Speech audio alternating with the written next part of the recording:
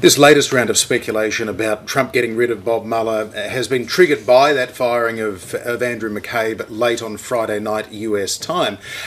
Partly because McCabe, who was already on leave pending his formal retirement today, less than 48 hours ahead of that retirement, when he was going to receive his pension for life, he was summarily dismissed. So he will potentially, pending legal action, miss out on that pension for life. So that was very much a shot across the bows to anybody who is thinking of cooperating with Bob Mueller. If you're a part of the FBI, you will potentially face these kinds of repercussions. And also, Andrew McCabe's dismissal was justified on the basis of perceived partisanship. And this is something that Donald Trump has been going on about for more than 18 months, that Andrew McCabe's wife ran for a Virginia state Senate seat in the 2016 election and received funding from the Democratic Party, not unusual, she was a Democrat, and from Governor Terry McAuliffe, a Democrat as well, again, not unusual, but he does have very close ties to Hillary Clinton, so he closed the circle around there and said basically Hillary Clinton paid for this campaign for Andrew McCabe's wife. The only problem with all that, of course, is that Andrew McCabe didn't become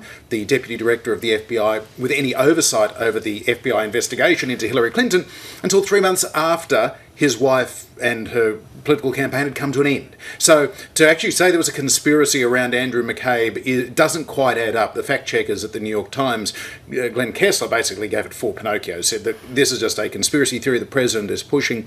There is no evidence to it. There were some complaints that were legitimate about Andrew McCabe's handling of some briefing of journalists. There has been criticism as to whether that was done appropriately or not. Whether it was a sackable offence or not is very much a matter of opinion. The point is that we have a highly politicised FBI, and Donald Trump is trying to say, okay, Andrew McCabe was politicised, so now is Bob Mueller's investigation. So over the weekend, he didn't just go after Bob Mueller, but the team around Bob Mueller, the dozen or so investigators, lawyers, specialists in a number of areas that have been outed as Democrats themselves. So he's building this narrative, a way of saying that even if Bob Mueller comes up with adverse findings against the Trump administration about possible collusion with the Russians in 2016, this is always going to be a Hillary Clinton-funded witch hunt, and so that's the kind of, I guess, what he is trying to achieve in all of this. But as for whether he goes that final step and sacks Bob Mueller, that is where Republicans are now very pointedly saying,